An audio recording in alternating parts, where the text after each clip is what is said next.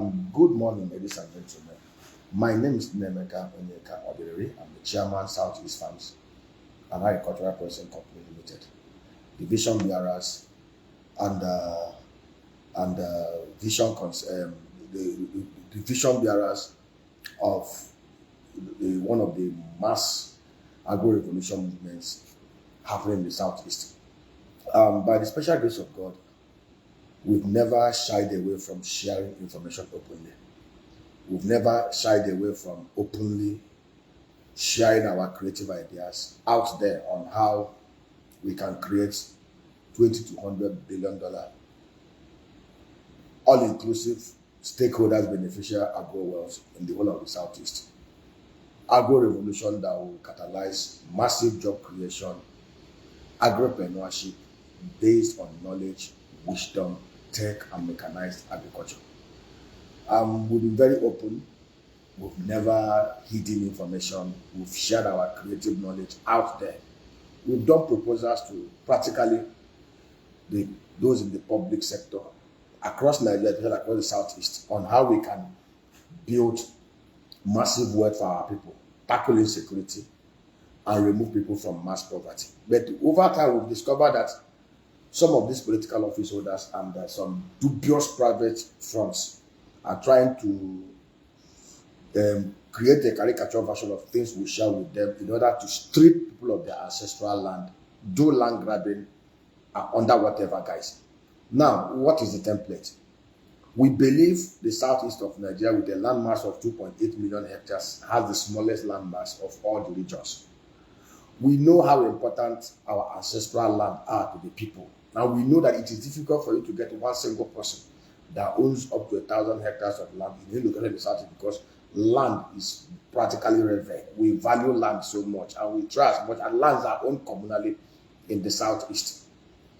River State, Delta State, Akwa Ibom, and Cross River State. Now, what is the architecture? It's very simple. We've developed business plans, developed feasibility studies, conducted massive researches over the last 9 years. There is no part of this, there's no community in the Southeast. There's no electoral ward. We have 1,240 electoral ward in the Southeast, 95 local government areas, and 5 states. There is no single ward that cannot generate between 5 to 10 billion annually from the agro value chain. There is no single ward that cannot create between 500 to 1,000 jobs. So close your eyes and imagine if we have those kind of massive wealth creation and programs and job creation, the kind of how we remove poverty, how we tackle food inflation, and how we can save our region from insecurity. But and we've shared the templates from the moringa value chain to cocoa to cashew to palm value chain to dairy production to greenhouse, across the 1,246 electoral wards, to maggot farming, to snailry, to fish, everything, to piggery. We've done massive, to ginger, tomato, to yam, everything. We've developed feasibility studies, and we've shared templates with some of these political office holders. But what we discovered is that some of them, and what is the structure? The architecture is very simple. Land in the Southeast are mostly communally owned. Altruism, transparency, and accountability have always been the focus and the foundation of anybody who believes or a disciple of Dr. Michael Ihene Korobara.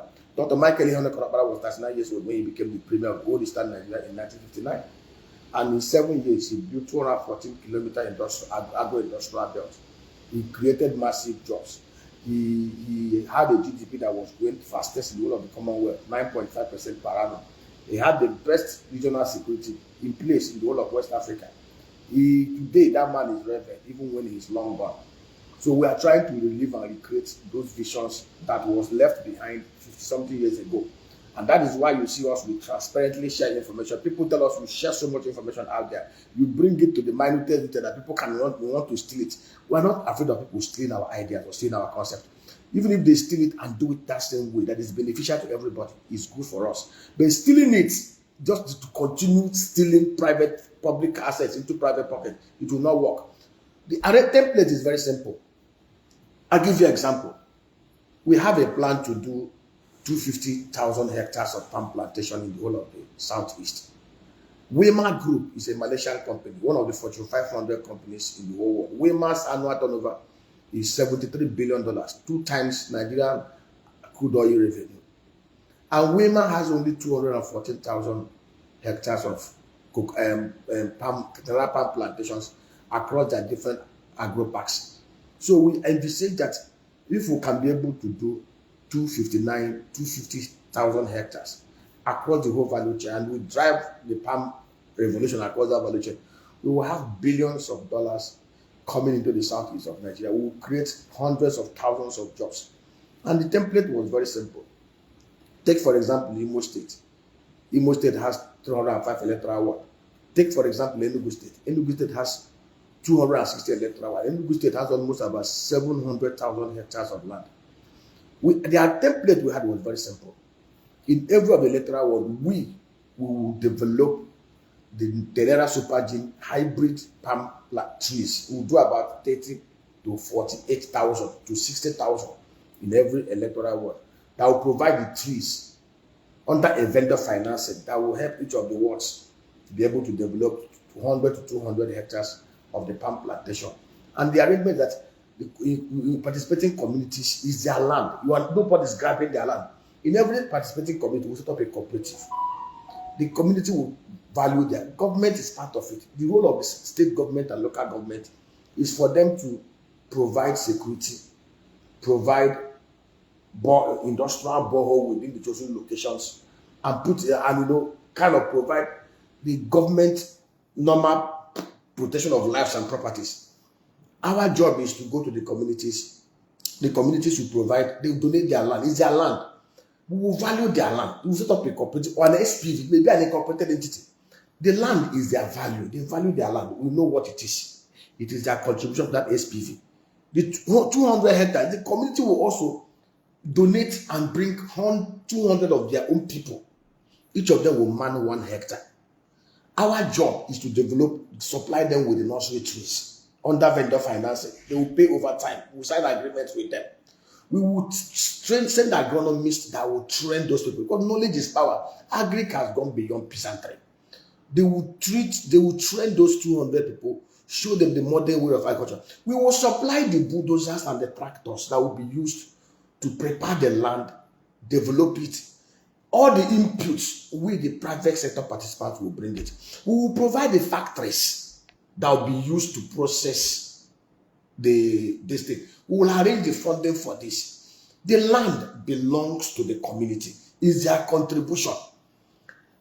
Everything is so transparently done. If the local government chairman decide to ward the place and do borehole, the value of what they do, we'll call it missions, community, diaspora, private, public, partnership arrangement. It's a transparently, accountably executed project that benefits everybody.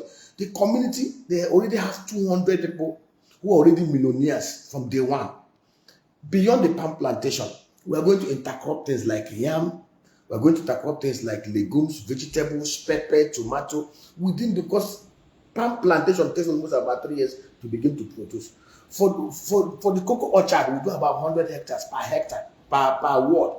For the moringa, we do about 50 to 100 hectares. We do all these things. We've done the numbers. We know if it is there, we will know how to do the same structure. Everybody will benefit. We will attract the funding under the missions, communities, private, public, partnership arrangement. The community's land is their major contribution. There are 4 factors of production, key factors of production: land, human capital, equipment and machinery, and funding. The community is providing the land. They are providing their own sons and mothers that we are going to train on modern agronomy, so that they will understand what it takes. Everything. Everywhere is going to be irrigated. So we will structure it in a way that the government can be paying them stipend. The stipend is a recoverable stipend because you see that it's able to go to farm. So we do it in a way that we will build tens of billions of dollar wealth in the southeast, River State, Cross River, and Akwa Ibom. It's an all-inclusive participatory arrangement where all stakeholders' interests are protected, where all stakeholders' wealth are maximized. But you see, we share this thing and it looks so sweet. Nigeria Export Promotion Commission is even willing as coming on board. We are going to be exporting those that will export, but the first need to certify domestic supply, cover the domestic supply gap. In the rice value chain, we intend to cultivate in every place like Ebonyi. We can do almost about 60 to 100,000 hectares of rice. In Enugu, we can do up to 100,000 hectares of rice under the same structure: mission, community, diaspora, private, public partnership arrangements. We share this thing to these people. But you know what we see every day? One local government chairman or will just go and bring one company. They call it Ricky Rabbit or Ricky Mouse. They will go to one committee and say, give us 10,000 hectares. We want to do agro park. Don't give anybody your land. They are trying to grab your land. This is warning. They will tell you, oh, SEFAPCO'S shared it. That is not what we shared with them. What we shared with them is a transparent, accountable template where the communities are deeply involved from day one. If it is the churches that we are working with missions, they are directly and completely involved from day one. The valuation is done. You cannot just come and tell them, oh, this is this. They must know the numbers. So when you hear them, they are going about now asking people, oh, this community, they donate 10,000 hectares to Ricky Rabbit company. They want to do agro park. Don't allow yourself to be deceived. They don't have the funding. They don't understand the structure. They don't even have the market for it. All they are trying to do is to grab your land. If it is not original, it is not original. I don't know why people must always do, create a caricature of a noble concept that we put out there over the last 8 years on how we can grow wealth in our neighbor.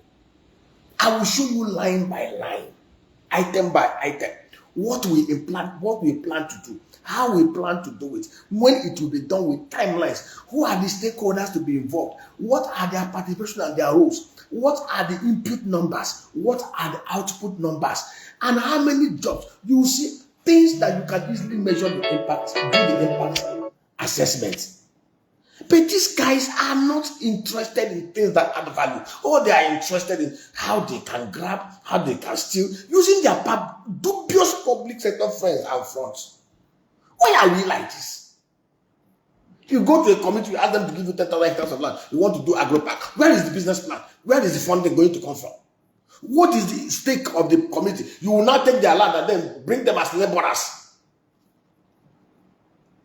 So what is the whole idea? The idea is community participating only. We train them. Communities will stake their life to protect their assets when they are deeply involved than when hirelings come to grab their land. Please share this thing. Let it go viral. Don't give your land to anybody for whatever reason where you are not involved. Every community must participate. Every mission must participate. Our diaspora brothers are ready to support this. And that is why they want to see it done transparently.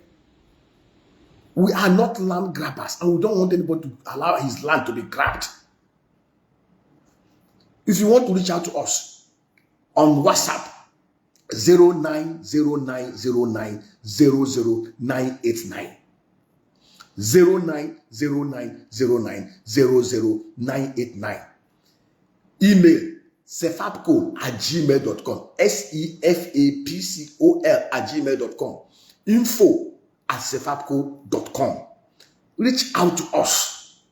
We will gladly share this template with you if you are going to do it. See, the space is so big. If we are to bring this in, we can invest. Every ward in the southeast has potentials to receive $2 million investment. $2 million investment that will unlock nothing less than $15 to $20 million annually in terms of revenue. We have 1,240 electoral ward. If you bring $2 million investment in each ward, that is $2.49 billion. This 2.49 billion will unlock over 42 to 50 billion dollars over the next 5 years annually. But for this to happen, the communities must be directly involved. The people, their diaspora sons and daughters must be directly involved. Government role is only simple to provide security of lives and properties and to provide the necessary infrastructure that will enable this thing to be transparently done. And those things are valued and it will come back to them as dividend over time. So when you see them, they want to grab your land, they say, oh, we want to fence it. All they want to do is to award fencing contract and inflate it by 300%. Then they will fence forest and abandon it there and create room for criminals. Just like the other one used 29 billion to do 26 carcasses for armed robbers and abandoned it in the name of general. That is what they all do. And of course, they always have ready and willing private sector funds that they will use to do these things. They will go and incorporate SPV and put one dump incompetent human beings who will claim to them. They will come, they will do groundbreaking, they will do paparazzi, they will bring all the media to cover it, and the people are deceived. For how long can we continue to deceive our people? Michael Oba did not deceive Ndibo. Desmond Bako did not deceive Ndibo. That is why today, celestially, they are celebrated. Why can't we be selfless for crying aloud? Why can't we live our lives in such a way that humanity will be grateful that we walked this place? Why is it that altruism is not something that comes to our mind? Why are we so selfish and self-centered and wicked in this land? Why is it that everybody just want to grab and grab and grab and grab? Can't you just wake up and say to yourself, I want to leave legacy. I want to do things that the whole world will remember me for, even when I'm long gone. This Desmond Bako did not leave any mansion anywhere. He didn't leave mansions in Lagos, in Abuja, or anywhere. Michael Oba did not leave any mansion for his children, but he left a name that is indelible.